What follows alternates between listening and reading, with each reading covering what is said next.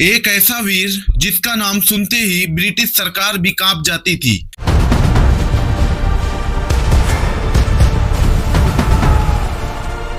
एक ऐसा शख्स जिसे लोग कहते थे शेरे मशहूर, नाम था टीपू सुल्तान।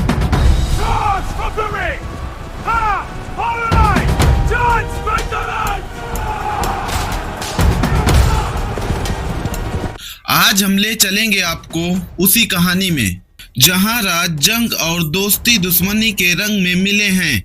साल 1751 में मैसूर के एक शक्तिशाली परिवार में टीपू सुल्तान ने जन्म लिया। उनके पिता हैदर अली एक महान सेनापति थे जो ब्रिटिश और मराठास के खिलाफ लड़ाई लड़ते रहे।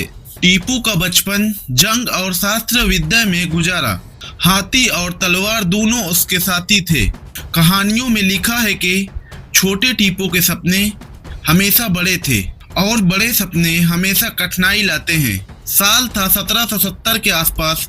हैदर अली ने मैसूर को एक मजबूत रियासत बना दिया। टीपू सुल्तान अब जवान हुए थे। वे अपने पिता के साथ ब्रिटिश और मराठास के खिलाफ जंग शुरू कर दी और यही शुरुआत थी एक कहानी की जहां दोस्ती, धोखा और विजय के रंग मिले। टीपू के हाथों में हाथी और तोप दोनों एक साथ चल रहे थे। टीपू सुल्तान के लिए सबसे बड़ा खतरा था ईस्ट इंडिया कंपनी। 1779 में टीपू ने श्रीरंगपटन की लड़ाई में ब्रिटिश को डरा दिया, लेकिन ब्रिटिश भी सिर्फ देखते नहीं रहे। उन्होंने नए हथियार और चालाकियां इस्तेमाल की। टीपू के हाथी और तोप तलवारों के सामने ब्रिटिश सरकार का एक ही शब्द था, बीवेयर द टाइगर, यानी टाइगर से सावधान रहें। और टीपू का टाइगर फ्लैग हर लड़ाई में दिखता था।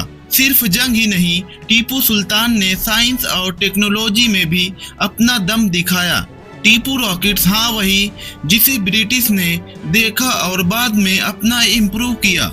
यह एक मिसाल था कि टीपू सुल्तान सिर्फ शक्तिशाली ही नहीं बल्कि एक विजनरी लीडर भी था। कहानियों में लिखा है कि टीपू सुल्तान के लैब में टॉप रॉकेट और केमिकल एक्सपेरिमेंट चल रहे थे और उनका सपना था कि मैसूर को दुनिया का एक मजबूत रियासत बनाना है। टीपू सुल्तान का दिल भी किसी से कम नहीं था। अपनी पत्नियों और बच्चों के साथ वो एक केयरिंग पिता और शासक था, लेकिन जंग और राजनीति ने कभी उसे चैन नहीं दिया। हर रात टीपू अपनी सेना के प्लान, ब्रिटिश के चाल और मैसूर के भविष्य के बारे में सोचता था। 1799 श्रीरंगपटन की लड़ाई, जहां टीपू सुल्तान ने अपनी वीरता का सबूत दिया। ब्रिटिश और उनके एलियस ने चारों तरफ से पूरे किले को घेर लिया। दोस्तों, टीपू सुल्तान आखिरी समय तक लड़ते रहे अपने तोप, तलवारें और हाथी के साथ, लेकिन हिस्ट्री के पन्नों ने लिखा, शेरे मैसूर आखिरी बार गिरा लेकिन अपने नाम को हमेशा हमेशा के लिए अमर बना दिया। दोस्तों, टीपू सुल्तान एक शासक नहीं बल्कि एक सिंबल ऑफ रेजिस्टेंस था। उनकी कहानी हमें सिखाती है ताकत और वीरता का असली मतलब क्या होता है। लोगों के दिल में आज भी टाइगर फ्लैग जिंदा है और जहन में बसा हुआ है। टीपू सुल्तान शहरे मैसूर एक ऐसा नाम है जो कभी नहीं मिटेगा। टीपू सुल्तान के लिए ब्रिटिश सिर्फ दुश्मन नहीं बल्कि एक चालाक और नई चुनौती थे।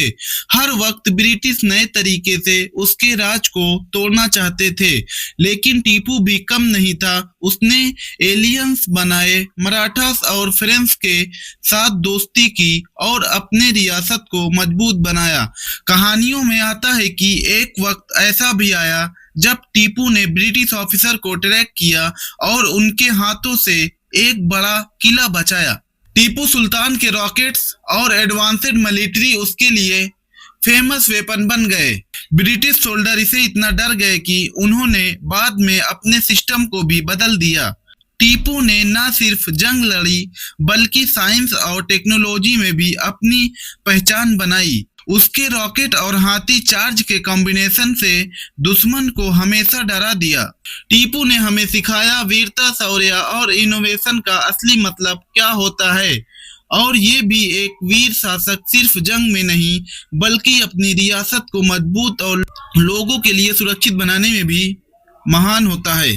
अगर आपको टीपू सुल्तान की ये कहानी पसंद आई तो प्लीज लाइक करें, शेयर करें, चैनल को सब्सक्राइब करें और कमेंट में बताएं अगली कहानी किस पर हो।